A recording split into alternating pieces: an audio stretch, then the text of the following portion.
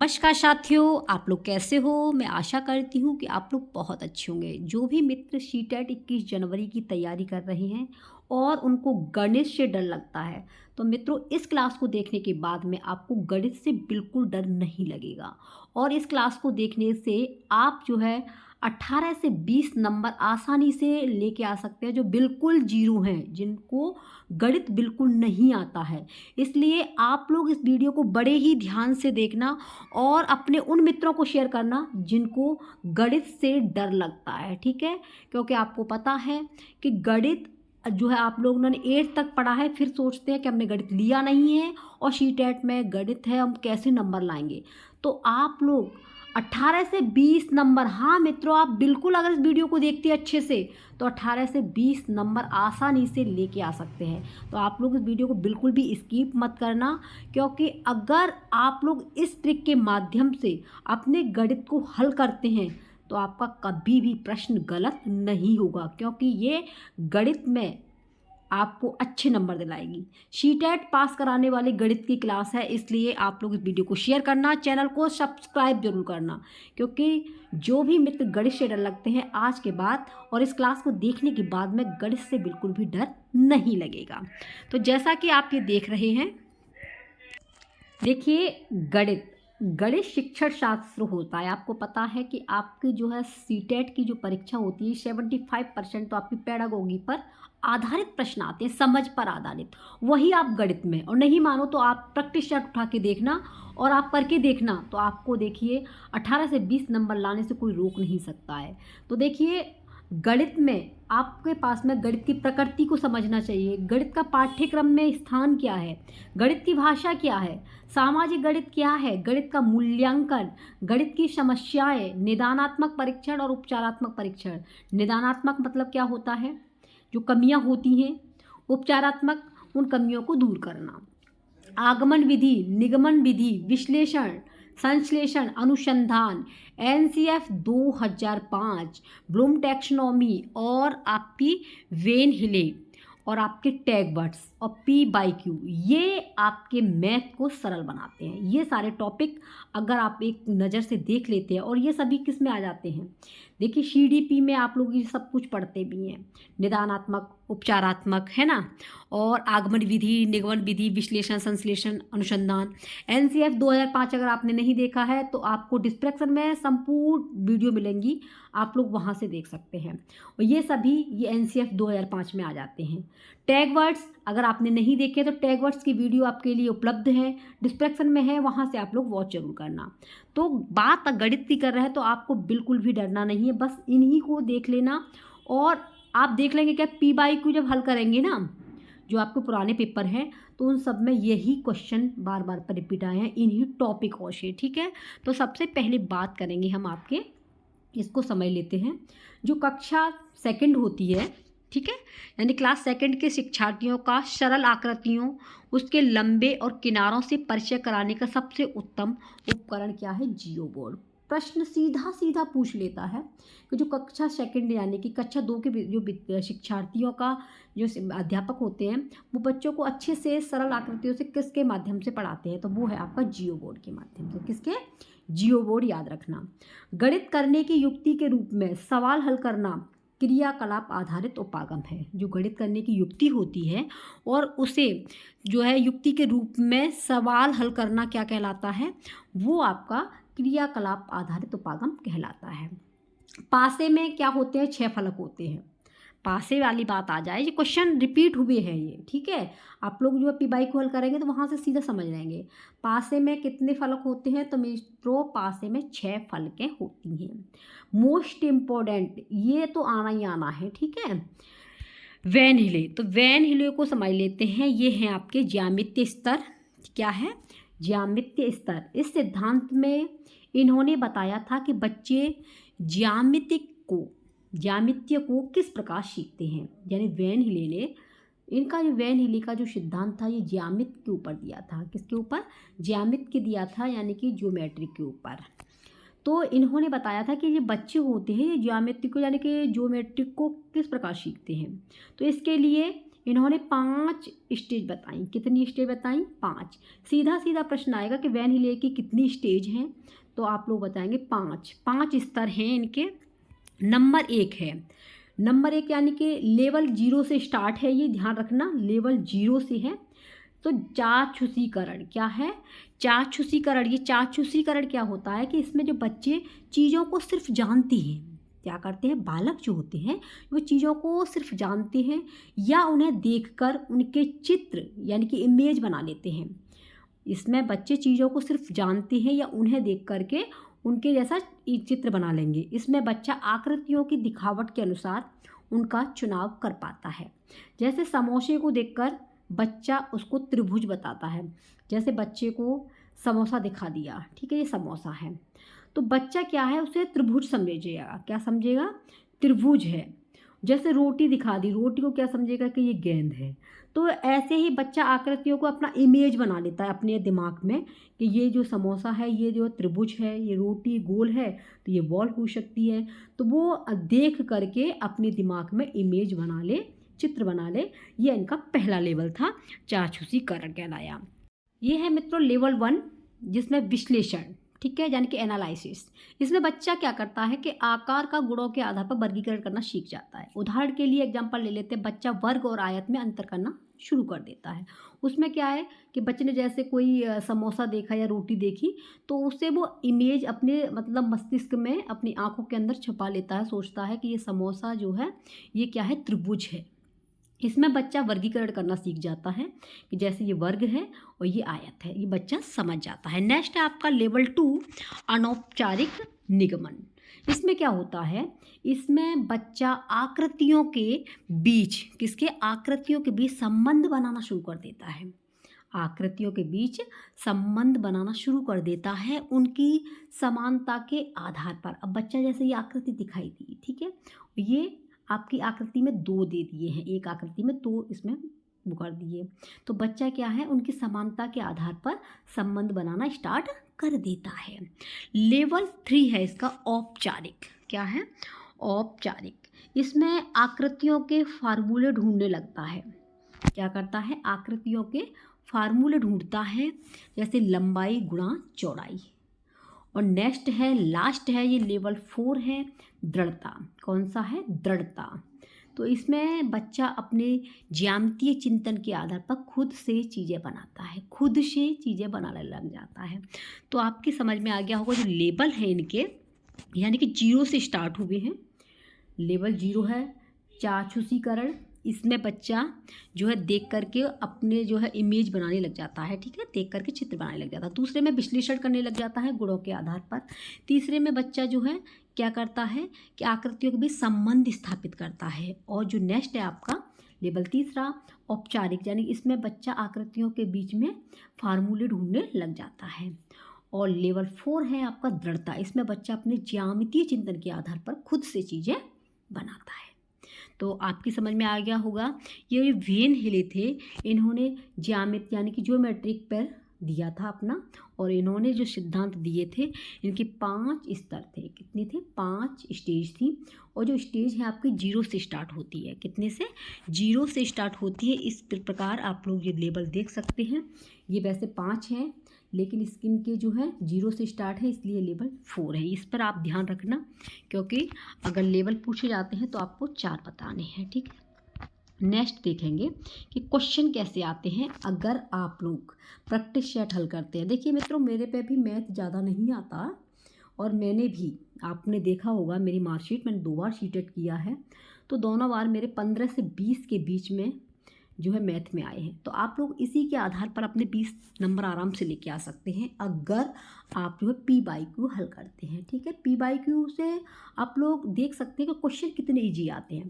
देखो इसमें आया था क्वेश्चन, पैटर्न का अध्ययन कीजिए। पैटर्न का, जैसे 1 × 1 करके 1 हो गया, 11 × 11 करके 121, ये दे दिया क्वेश्चन। अब इतना करने के बाद में क्या होगा, अगर आप इन सभी का गुना करते हैं तो आंसर आपका इतना आ जाएगा, ठीक है, क्योंकि इसमें सीधा सीधा दिया गया है। बहुत इजी प्रश्न आते हैं अगर आप लोग लगाएंगे, और जो आप कठिन है उनको आप ज़्यादा टाइम मत दीजिए, क्योंकि आपका जो है मैथ ज़्यादा अच्छा नहीं है, तो इस तरीके के क्वेश्चनों को आसानी से कर सकते हैं।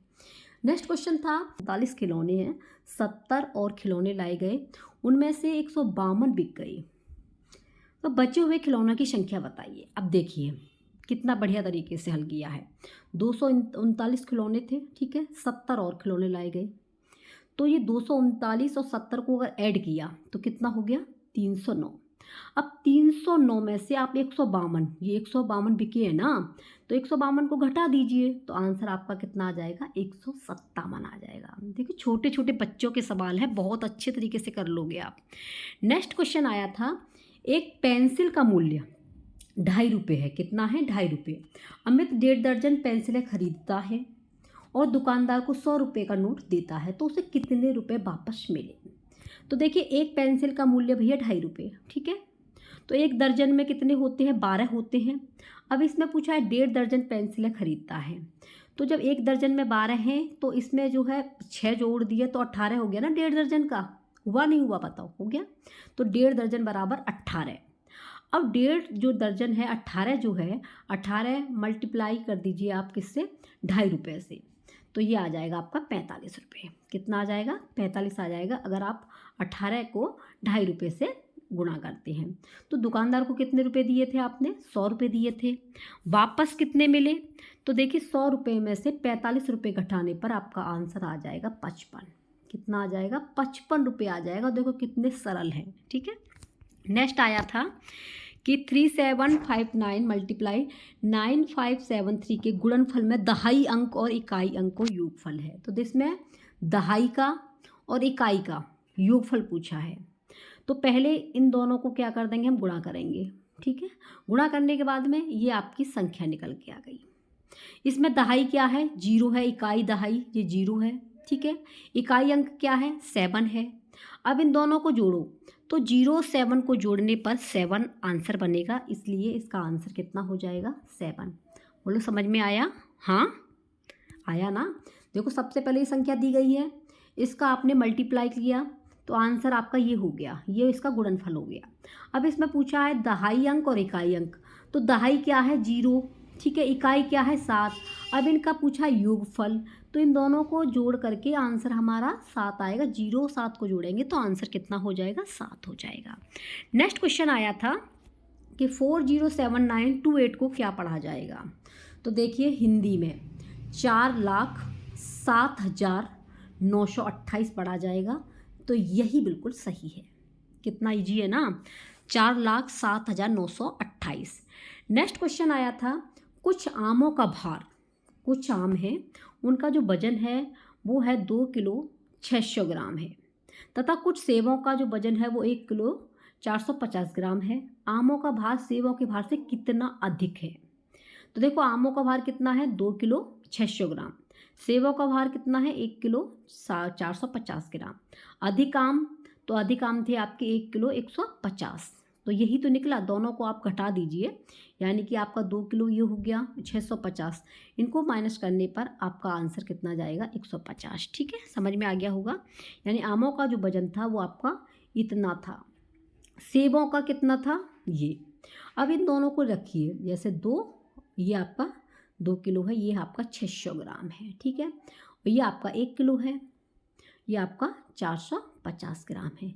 इनको माइनस कीजिए, यहाँ पर 1 ले लिया तो यहाँ पर कितना बचा, 5, यहाँ पर कितना हो गया, कितना हुआ यहाँ पर बताइए, यहाँ पर आपका 1 रहा, क्योंकि यहाँ पर लेने पर, तो कितना बचा आपका, ये तो 1 किलो बचा, ये सीधे 2 में से 1 गया तो 1 किलो बचा, तो 1 किलो 150 ग्राम इसका आंसर आ जाएगा। ठीक है, क्योंकि यहाँ पर कितना अधिक है तो आप सीधा माइनस कर सकते हैं। नेक्स्ट है हिंदू अरबी संख्यांकन पद्धति में 4 अंक वाली कितनी संख्याएं हैं। तो ये आपकी 9000 है, 4 अंक वाली, ठीक है, 9000। नेक्स्ट क्वेश्चन आया था, संख्या है आपकी 49532 का सन्निकट 1000वां मान क्या होगा, यानी कि पास का, तो इसके निकट क्या होगा, 50,000। क्यों होगा, क्योंकि 49532 का जो सन्निकट है उसका मान 50,000 होगा, क्योंकि इसके पास दूसरा सन्निकट मान 49000 है, जो कि 49532 से काफ़ी दूर है। इसलिए पास में पूछा है तो 50,000 हो जाएगा। ठीक है, अगला देखिए, अगला क्वेश्चन आया था कि 500 centimetre plus 50 metre plus 5 kilometre. ठीक है, तो ये आपका कितना हो गया, 1 किलो। 1 किलो में कितने ग्राम होते हैं, 1000। तो अगर ऐसे हल करेंगे तो 5 मीटर, ठीक है, 50 मीटर, तो ये हो गया आपका 5000 मीटर। तो 5000 में 5 kg बराबर 5000 मीटर। तो इनको प्लस करने पर कितना हो गया, 5555। 5055 हो गया। क्यों हो गया, क्योंकि ये तो है सीधी 5000, ठीक है, ये हो गई 500, ये 50 हो गया, तो इसलिए आपका कितना हो गया, 5055 आंसर आ गया। कितना, 5055। ठीक है, नेक्स्ट आया था, ये संख्या दी गई थी 6 के स्थानीय मानों का योगफल। 6 के स्थानीय मानों का योगफल बताना है, सिर्फ 6 के स्थानीय मानों का योगफल पूछा। योगफल मतलब जोड़। तो देखो जितने भी 6 हैं उनका पहले स्थानीय मान निकालिए। तो स्थानीय मान आप पर निकालना आता होगा। तो जैसे ही इसकी वैल्यूज निकाली और इनको प्लस कर दिया, तो प्लस करने पर इसका आंसर बना 0.0006। क्योंकि देखिए ये किया हमने 1 से तो 6 आ गया, यहाँ पर आपने छोड़िया 10, ये आपका सैकड़ा पर है, ठीक है, 100 पर, तो 6 गुणा 100 बराबर 600 हो गया। ये आपका इकाई, दहाई, सैकड़ा, हज़ार, ये आपका किस पे है, 10,000 पर। तो 6 गुणा 10,000 60,000 हो गया। अब इसको जोड़ करके, यानी कि पहली थी आपकी 6, दूसरी है 600, ये आपकी 60,000, तो जोड़ने पर आपका आंसर बन जाता है 60,606। अगला क्वेश्चन था आपका 5671 और उसके अंकों को पलट देने पर प्राप्त संख्या, यानी कि पलट दो, उल्टा कर दो। तो देखिए उल्टा करने पर इसकी संख्या क्या होगी, अंतर पूछा है।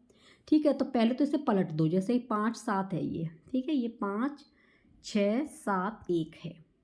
अब इसे पलटेंगे तो यहाँ पर 1 आएगा, यहाँ पर 7, यहाँ पर 6, यहाँ पर 5 आ गया। अब इसमें पूछा है कि पलट देने पर प्राप्त संख्या क्या होगी, इसका माइनस कर दीजिए। 11 में से 5 गए तो 6 बचे, 6 में से 6 गए तो 0 बचा, 16 में से 7 गए तो 9 बचा। ठीक है, यहाँ पर 4 में से 3 गया तो इतना बचा, आंसर हो गया 3906। कितने जिए, है ना। नेक्स्ट है, यदि समय अब, यानी कि एक समय पूछ रहा है, समय जो है 2:17 है, तो अब से ठीक 11 घंटे 59 मिनट के बाद में क्या समय होगा। तो इन दोनों को जोड़ने पर आंसर आपका बनेगा 2:16। अगला पूछा था 11 इकाइयाँ हैं, 11 दहाइयाँ, 11 सैकड़े बराबर क्या होगा। तो देखिए 11 इकाइयाँ ये हो गई, 11 दहाइयाँ ये हो गई और 11 सैकड़े हो गई। इन दोनों को जोड़ दीजिए। तो इन दोनों को जोड़ने पर ये 1 हो गया, ये 2 हो गया, ये आपका 2, ये 1221 हो गया। अब इसका पूछा है कि 11 दहाइयाँ 11 दहाइयाँ 11 सैकड़े बराबर, तो ये 11 गुणा मल्टीप्लाई किया, ठीक है, ये 11 का 10 से किया, तो उत्तर इसका क्या हो गया, सीधा सा आंसर है 1221 हो गया। ये तो जोड़ने पर क्या हुआ, 1221। ठीक है, अगला है 509 और 3028 का योग, यानी कि 509 और 3028, ये 3028 हो गया, 509 हो गया, इनको जोड़ने पर आंसर बन गया 3537। 8 और 9 कितने हो गए, 7, 2 और 1 3, 5 3, देख लो हो गया ना आंसर, बिल्कुल सही। अगला पूछा है 12345 में 3 का स्थानीय मान तथा अंकित मान में अंतर। तो 3 का पूछा है, यानी कि इसका, तो 3 का करने पर इकाई दहाई सैकड़ा, ये आपका 300 हो गया। 3 का स्थानीय मान तथा अंकित मान में, अंकित क्या दिया गया, 3 ही दिया गया है, तो 300 में से 3 घटाने पर 297 बचेगा। कितना बचेगा, 297। कैसे बचेगा, क्योंकि 3 का स्थानीय मान पूछा है और अंकित मान यही तो है 3, तो आंसर 297 हो गया।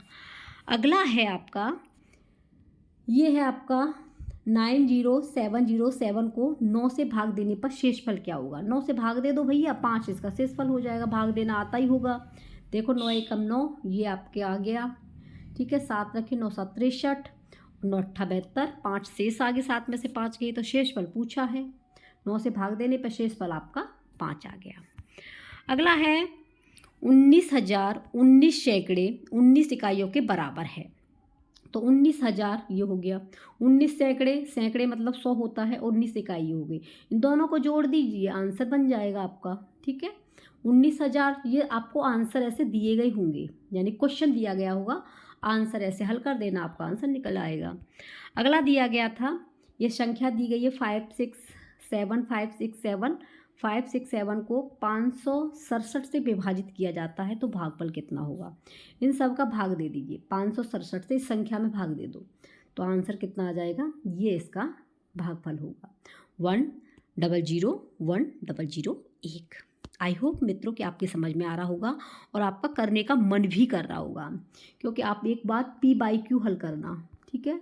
मेरा देखिए संस्कृत सब्जेक्ट है, ठीक है, संस्कृत सब्जेक्ट है मित्रों, मेरा CTET और UPTET दोनों ही क्लियर हैं, तो इसलिए मैं आपसे बोल रही हूँ, मैंने इसी तरीके से मैथ में 20 नंबर लेके आई थी और 20 नंबर का यही रीज़न था कि सबसे पहले मैंने P/Q हल किए, ये जो आप देख रहे हैं ये मैंने अपनी ही कॉपी में नोट किए हैं, और इसके बाद में इसमें जो आती है आपकी पेडागोगी, NCF 2005 से भर भर के क्वेश्चन आते हैं, वो मैंने देखे थे, उसके लिए मैंने टैग वर्ड की जो वीडियो बनाई है उसके आधार पर आप मैथ से डर आपका भाग जाएगा, ठीक है, ये मैं आपसे वादा करती हूँ, आप एक बार करके देखिए।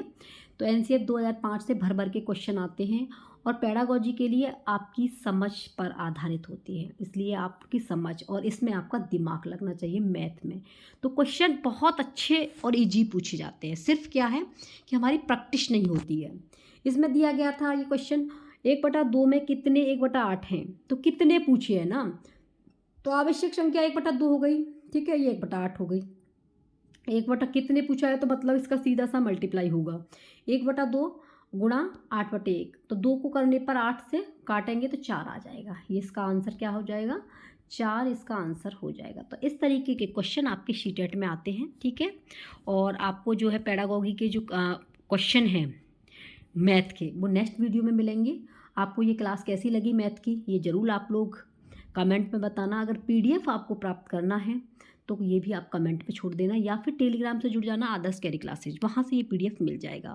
और हाँ मित्रों, आपके पास में 21 तारीख तक समय है CTET को पास करने का, और जिनका CTET पास हो जाएगा उन्हें बिहार में शिक्षक बनने का मौका मिलेगा, और आगे आने वाली जो UP में भर्तियां हैं उसमें भी बैठने का मौका मिलेगा। इसलिए आप इस मौके को हाथ से मत गंवाना, आप लोग जितना हो अपनी तैयारी पे ध्यान दीजिए, फालतू के इधर उधर पे ध्यान न देकर सिर्फ अपना फोकस CTET होना चाहिए, ठीक है।